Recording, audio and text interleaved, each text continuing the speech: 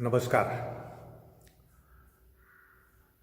This is our second session in the series Education about Classical Yoga.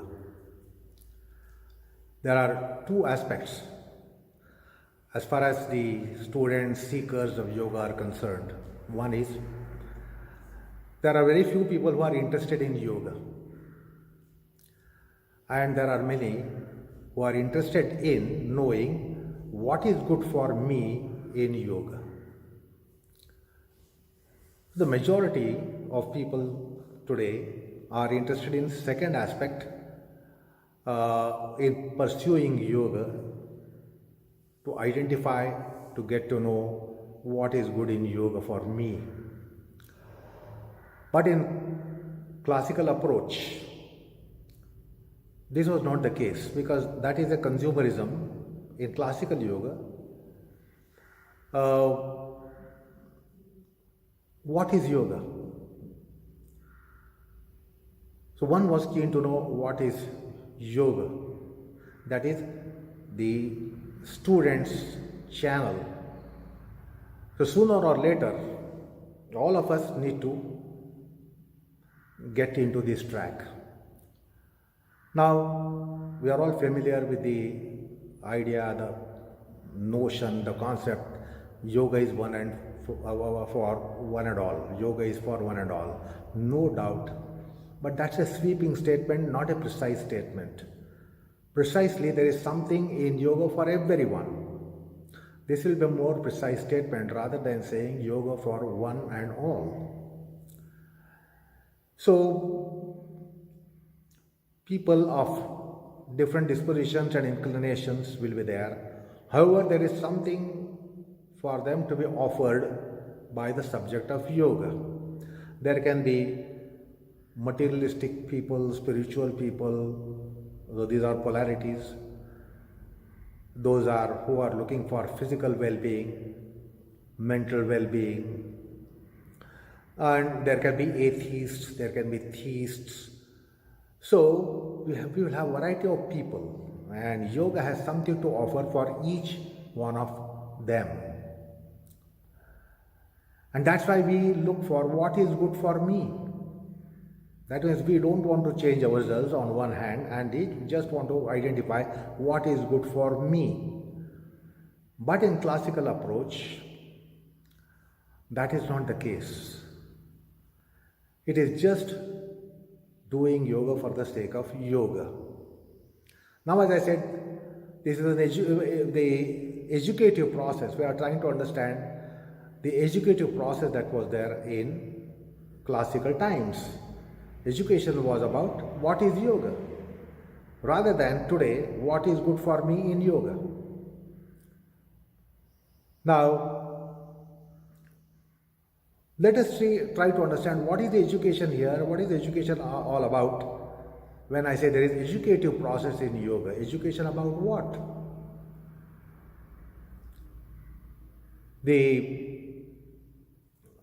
It is education about not yoga. It is not getting educated in yoga.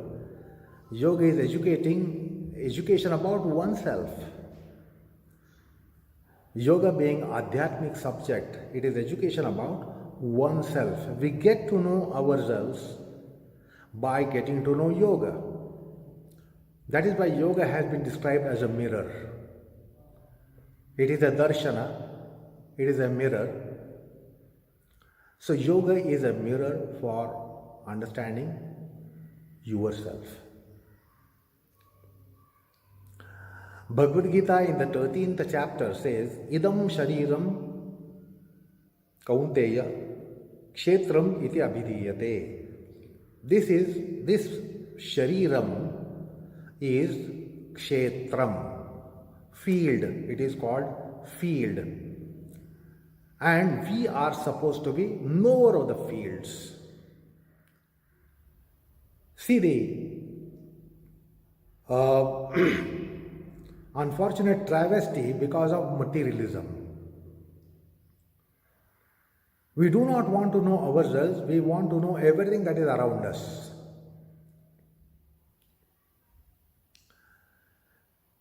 Another example I can give you that we want to eat food and we want to digest the food, but we do not want to know how the digestion takes place.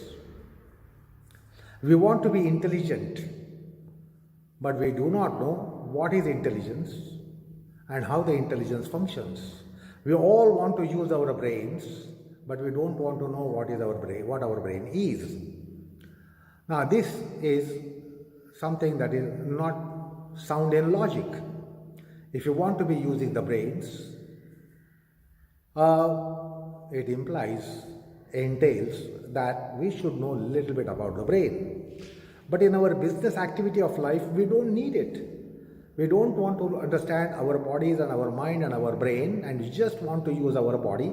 We want to use our mind, use our brains. But in philosophical approach, this is not done. That is why we are supposed to be knowers of the kshetra.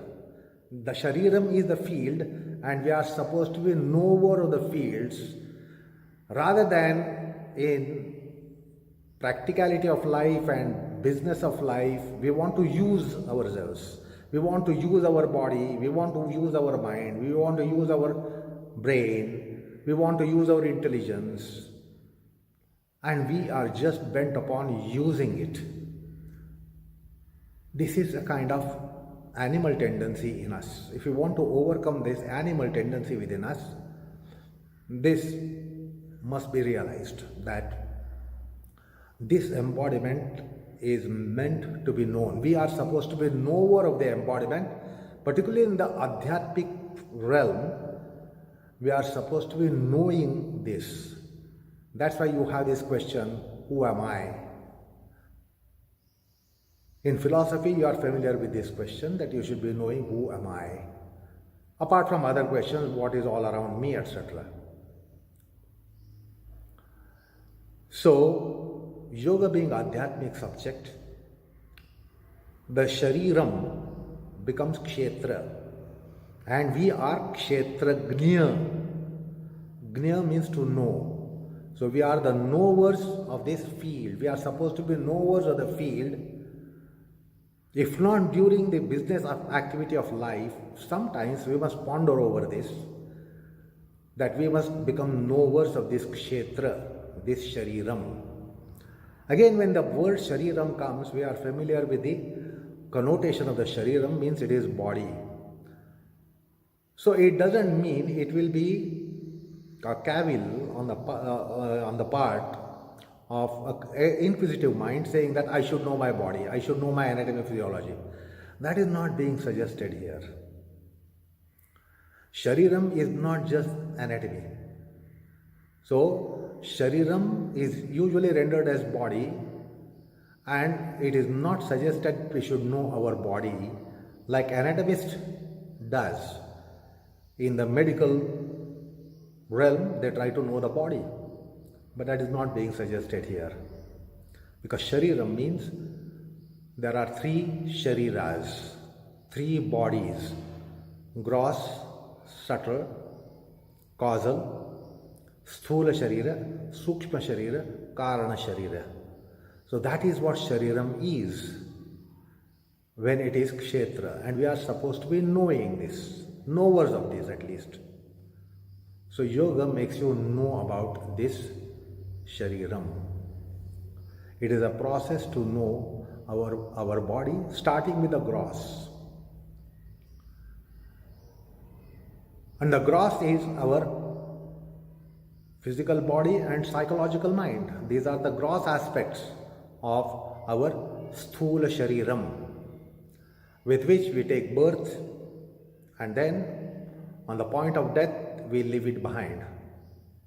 So sthula sharira is that which is only meant for one lifetime, and every time it is redone, reconstructed, reconstituted for every life of every incarnation. So that is the gross body. Behind the gross body there is a subtle body, astral body, what is also called an astral body, which is transmigrating body. It is there before the birth, it is there after the death as well. So there is something like that. which is called Sukshma Shariram, and there is Karana Shariram, causal body. So, yoga is a pursuit to know these shariras. So, Sthula, Sukshma, Karana, three bodies. Then there is Annamaya, Manomaya, Annamaya, Pranamaya, Manomaya, Vijnanamaya, Anandamaya koshas, which again is explained in Science of Yoga. So that's how we are embodiment of the nature of onion. Onion has a skin. You don't eat onion with the skin. You peel the skin and then eat onion. But that onion has several petals. So when you peel one petal, still it is onion. When you peel the second petal, layer of petal, again it is onion.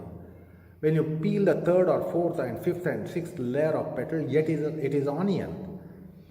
Until it comes to stem. So between the stem and over the stem, between the skin and stem, we have several petals of onion. Similarly, our embodiment is. We have several layers. And we need to explore those layers. So education about what? Basically, on the grosser plane, what our manifestation is, the body, mind, breath. So how the body, mind, breath interact, how they interplay with each other, how they have interface with each other. So in asanas, we have this notion that I should do an asana. I should do yoga. But question yourself, do you just want to be doing yoga, or eventually you want yoga to happen on you? So on one hand, we get to doing yoga. We want to be doing it. We want to be doing everything that is possible, everything that is probable. We want to be doing it and doing it and doing it and doing it. But when we come to assessment of it, we want to see how much yoga has happened on us. So we wait actually for yoga to happen on us, whereas we are handling the track of doing it. So when you embark upon classical yoga, you will open out the field of your embodiment, let's say the field of our body here, for the body, mind, breath to have interface. So yoga depends upon what they do for each other, rather than what and how much you do for your body, how much you do for your mind, how much you do for your breath. It is more important what they do for each other. So classical yoga depends upon their profound interactions. When they have interface, they will work for each other. How much they work for each other will be really deciding on how much yoga happens on you. So any posture, as I said, you can take up any posture, particularly when you want to have education about yoga, you have to settle to a posture not that is fascinating to you. Don't settle down to a posture that is fascinating to you, or don't settle down to a posture that you want to be trying and getting it. Settle down in a posture which you have done, with which you are familiar, and where you are relatively comfortable, where you can be staying for a longer period of time, and you can be staying also relatively comfortably. So opt for such a pose. For example, Supta Virasana, Supta Baddha Konasana, and then get education. Do not try to get education in a difficult position where you are struggling or where you are not comfortable, you are uncomfortable, there is a discomfiture. You will never learn yoga in such a position. So learn in a position which is relatively easier, comfortable, and also of a long duration. Now settle down in such a position where you can relatively stay longer.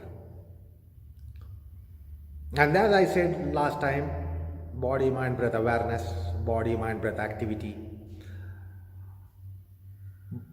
they activating each other, you activating them, etc. So go for those preliminaries which I explained in the last session.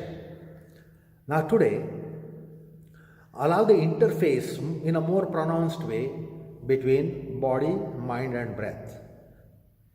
Rather than the worldly way, how much the mind can do for you and how much you can do for mind, how much the body can do for you and how much you can do for your body. Let's try to understand how much the body can do for mind, how much the mind can do for body, how much the body can do for breath and vice versa, how much the breath can do for mind and vice versa. Because the position that you have taken is a wonderful position which facilitates for body, mind, breath to interact, have interplay, have mutual subserviency, have mutual addressal. So they will be able to work on each other more profoundly by this being a yogic position. It doesn't happen in any other position, any other posture.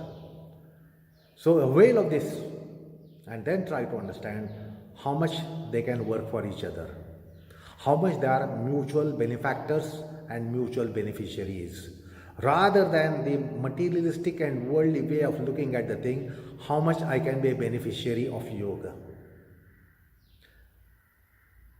You will be in any case a beneficiary indirectly, because if your body, mind, breath are having advantage, do you say they have advantage but I don't have advantage?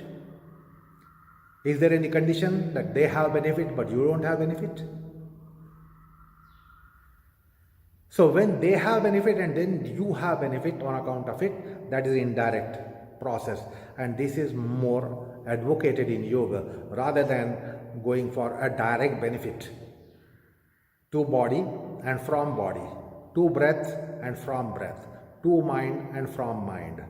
So in yogic culture, we encourage the indirect benefits coming to us by they getting mutually benefited. Now in our worldly life, we say, this is my body, this is my mind, these are my senses, this is my breath. That means you are according some relationship between you and your body, you and your mind, you and your senses, you and your breath. So you are establishing a relationship between them. So find out in your position that you have taken these relationships. Now if they are related to you, that means they are mutually related to each other. Now in the internal social, we are atrocious. We want the mind to be related to us. We want the body to be related to us. We want the breath to be related to us. But we do not want to establish mutual relationship between them. You have a father, you have a mother, you have a sister. But if we do not allow the sister to be treating the mother as mother and she as daughter to her mother, it is an atrocity. You can't just say that you should be only my sister, or you can't just say that you should be only my mother, or father, you should be only my father. Because father is husband to wife, mother is wife to husband, the father. Then other siblings are also related to each other. So we must encourage the mutual relationship to also evolve. That is what happens in a good family setup. Now here they are all related to us, but we do not recognize they are mutually related to each other. We do not encourage them to nurture the relationships. We want to be drawn towards us. We become center of attraction. We want to see mind is mine. It is related to mind. We don't think that the mind is of body and it has a relationship with body.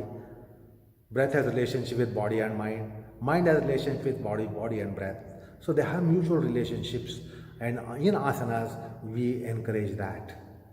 And that creates a healthy family system within us. This is so important. Otherwise, in our practicality of life, mundanity of life, we are atrocious. We don't allow them to have their own relationships nurtured. We don't allow them to be in those relationships. We want them to be related to us. But in asanas, we are taught this lesson. So we are taught the sociology within a family, how to nurture relationships, how to encourage relationships, how to facilitate relationships between all those which are related to us. My body, my breath, my psyche, my consciousness, my senses. And in asanas, you will be able to establish the relationships. So let us see how they work for each other. If body and mind are two sisters, let us see how the two sisters interact within them. Let's open a field for them to interact within themselves. Rather than saying, A sister, you are my sister, therefore just be sister to me. B sister, you are my sister, therefore be only sister to me. But do not be sister to A or A sister to B. This is atrocity. So in our business of life of activity, we commit lots of atrocities within the society, in us, within the family, within us. Asanas open out that field. So they all have a wonderful family relationship. So we develop healthy family within ourselves. It's a family. Our body cells, body matters, mind matters, senses, psyche, consciousness, breath. So these are all having mutual relationships.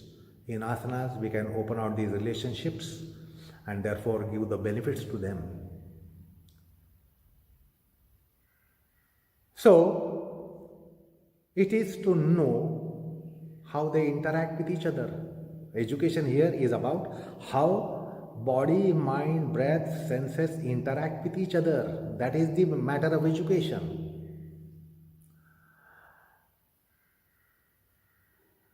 So, in this education, we will be getting to know much more about their potentials, their traits, their dispositions, their gravities, when they work for each other.